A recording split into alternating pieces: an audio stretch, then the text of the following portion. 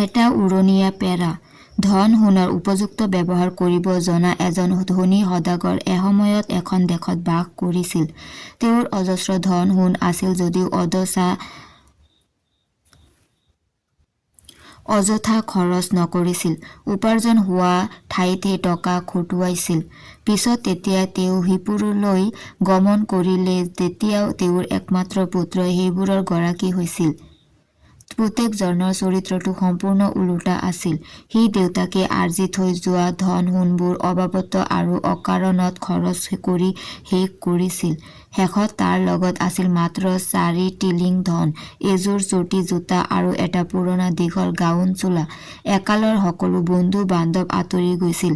তাইৰ মাজতে এজন সৎ চৰিত্ৰৰ বন্ধুৱে তালৈ এটা বাকচ পঠিয়াইছিল। বাকচৰ ভিতৰত আছিল এখন চিঠি আৰু তাত লিখা আছিল, ইয়াত সকলো বস্তু ভৰাই থবা। কিন্তু তাৰ ভৰাবলৈ একো নাছিল বাবে সিয়ে সেই বাকচটোৰ ওপৰত বহি লৈছিল। আচলতে সেইটো আছিল এটা অদ্ভুত পেৰা। কোনোবাই পেৰাটোৰ চাবি পকালে সেইটো আপোনা আপুনি ওপৰলৈ উঠি গৈছিল। সদাগৰৰ পুতেকে যেতিয়া পেৰাটোৰ চাবি পকালে তেতিয়া পেৰাটোৱে এখন উৰাজাহাজৰ দৰে শব্দ কৰি দুৱাৰেৰে পাৰ হৈ আকাশ পালে আৰু উৰি উৰি গৈ তুৰ্কসকলৰ দেশৰ এখন অৰণ্যত তাক নমাই দিছিল। সি তাত পেৰাটো ডাল পাতেৰে ঢাকি ওচৰৰ নগৰখনলৈ গতি কৰিছিল। নগৰৰ মানুহবোৰ তাৰ দৰে পোছাক পৰিহিত বাবে কোনেও তাক বিদেশী বুলি নাভাবিলে। সি ৰাস্তাত এগৰাকী নাৰ্ছ দেখিলে। নাৰ্ছগৰাকীক সি সুধিলে, হৌ যে ওখ দুৰ্গটো, তাত কোননো থাকে? নাৰ্ছগৰাকীয়ে ক'লে, সেই দুৰ্গটোত আমাৰ চুলতানৰ জীয়েক থাকে। তাইক তেনেকৈ নৰ মনিচৰ পৰা আঁতৰত ৰখা হৈছে কাৰণ তাই কাৰোবাক ভাল পালে মহা বিপদ হ'ব। নিজৰ পিতৃ মাতৃৰ বাহিৰে আন কোনেও তাইৰ খবৰ ল'বলৈ নাযায়। এইবাৰ সি হাবিলৈ গ'ল আৰু পেৰাটোৰ ওপৰত বহি ল'লে। তাৰ পিছত চাবি পকাই দিয়াত পেৰাটো আকাশলৈ উঠি গ'ল। সেই পেৰাটোত উঠি সি দুৰ্গটোলৈ গৈ খিৰিকীয়েদি সোমাই চুলতানৰ কন্যাৰ কোঠাত প্ৰৱেশ কৰিলে। সদাগৰৰ পুত্ৰই দেখিলে যে তেতিয়া চুলতানৰ জীয়েক চোফা এখনত শুই আছে। তাই অত্যন্ত সুন্দৰী আছিল বাবে সদাগৰৰ পুতেকে চুমা নোখোৱাকৈ থাকিব নোৱাৰিলে। কাৰোবাৰ স্পৰ্শত তাই চক খাই উঠিল আৰু ভয় খালে। সদাগৰৰ পুতেকে নিৰ্ভয়ে হ'বলৈ ক'লে আৰু চিনাকিত সি নিজকে দেৱদূত আখ্যা দি ক'লে যে সি তাইৰ ৰূপৰ কথা শুনি আছিল বাবে তাইক তেনেকৈ দৰ্শন কৰিব আহিছে। চুলতানৰ জীয়েকে ডেকাজনৰ কথাত সন্তুষ্ট হ'ল। সদাগৰৰ পুতেক এইবাৰ তাইৰ ওপৰতে বহি ল'লে আৰু তাইৰ অপৰূপ ৰূপ লাৱণ্যবোৰ এফালৰ পৰা বৰ্ণনা কৰিলে। পিছত ৰাজকন্যাক সি বিবাহৰ প্ৰস্তাৱ দিলে। ৰাজকন্যাই সন্মতি জনাই ক'লে যে তেওঁ তুৰ্কী দেৱদূত হাজেৰে এটা শনিবাৰত আহিলে তাইৰ মাক দেউতাকক সি লগ পাব। মাক দেউতাকে তেতিয়া বিবাহত সন্মতি জনাব। ডেকাজনক তাই এই বুলিও পৰামৰ্শ আগবঢ়ালে যে সি যদি তাইৰ মাকক উপদেশমূলক সাধু আৰু দেউতাকক কিছুমান ৰসাল সাধু কৈ শুনায় তেতিয়া তাইৰ মাক দেউতাক পৰম সন্তুষ্ট হৈ সিহঁতৰ আশা পূৰণ কৰিব। তাইৰ ইচ্ছামতে সকলো হ'ব বুলি আশা দি সি যাব ওলাওতে তাই সদাগৰৰ পুতেকক এখন তৰোৱাল দিলে। সেই তৰোৱালখনৰ আগটো বেঁকা আছিল আৰু ফাকটোত সোণৰ ফুল বচা আছিল। পিছত তৰোৱাল লৈ সি পেৰাটোত উঠি হাবিলৈ গ'ল। সদাগৰৰ পুতেকে আহি থকা শনিবাৰটোৰ বাবে সাজু হ'ল। ইয়াৰ বাবে এটা দীঘল চোলা কিনিলে। সাধু সজা কামটো সহজ নাছিল যদিও সি সেইটো সম্ভৱ কৰি তুলিলে। সকলো কথা চুলতানৰ জীয়েকে ভবা মতে হ'ল।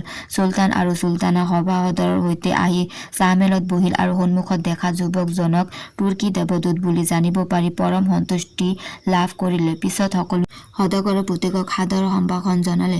চুলতানে তেতিয়া সদাগৰৰ পুতেকক এটা সাধু ক'বলৈ নিৰ্দেশ দিলে। সদাগৰৰ পুতেকে ক'লে, আপোনালোকৰ সন্তুষ্টিৰ বাবে মই এতিয়া এটা মনোমোহা সাধু ক'ম। আপোনালোকে প্ৰশ্ন নকৰি কেৱল মন দি শুনি যাব। জুইশলা কাঠিৰ এটা ডাঙৰ মুঠা আছিল। কাঠিবোৰে নিজৰ জন্মক লৈ বৰ গৰ্ব কৰিছিল কাৰণ কাঠিবোৰ হাবিৰ এজোপা পুৰণা গছৰ আছিল আৰু সেই গছজোপা কাটি ফালি চিৰি কাঠিবোৰ কৰা হৈছিল।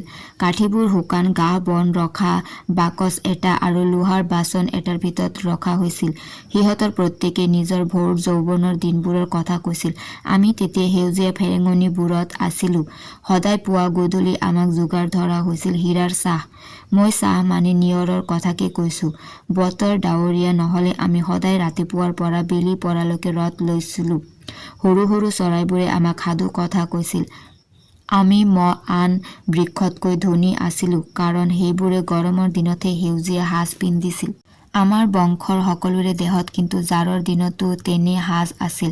পিছে এদিন কাঠ কটীয়া আহি আমাৰ বংশটো নিধন কৰিবলৈ ধৰিলে। আমাৰ গছবোৰৰ মুখ্য গছজোপা এখন ডাঙৰ পালতৰা জাহাজৰ ঘাই মস্তলটো সাজিবলৈ কাটি নিলে। আনবোৰ গছো কিবা কামত লগাবলৈ কাটি লৈ গ'ল। আমাৰ ডালটো ফালি চিৰি সৰু সৰু কাঠি কৰি প্ৰত্যেকৰে মূৰত খাৰ সানি দিলে। তাৰ পিছত সৰু বাকচত ভৰালে। আমি জুই জ্বলোৱা কামত খাটিবলৈ পাকঘৰ পালোহি। এটা দীঘলীয়া সাধুৰ অন্তত চুলতানাই ক'লে, সেইটো এটা অনুপম সাধু। মোৰ নিজকে পাকঘৰত সোমাই জুই হলা কাঠি জ্বলাবলৈ লোৱা যেন লাগিছে।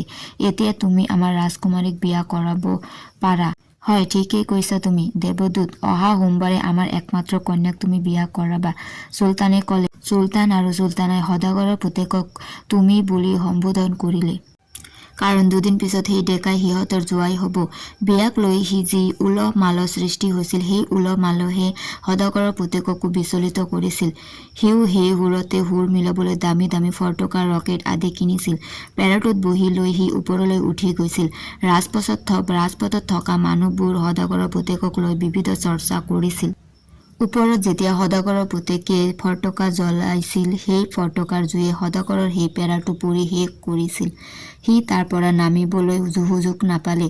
চুলতানৰ জীয়েক আৰু সদাগৰৰ পুতেকৰ বিয়াখন হৈ নুঠিল।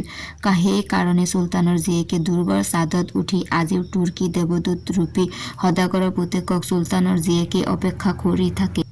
তাইৰ ভাব সেই দেৱদূতজন কিজানি নামি আহি তাইক বিয়া কৰাই লৈ যায়।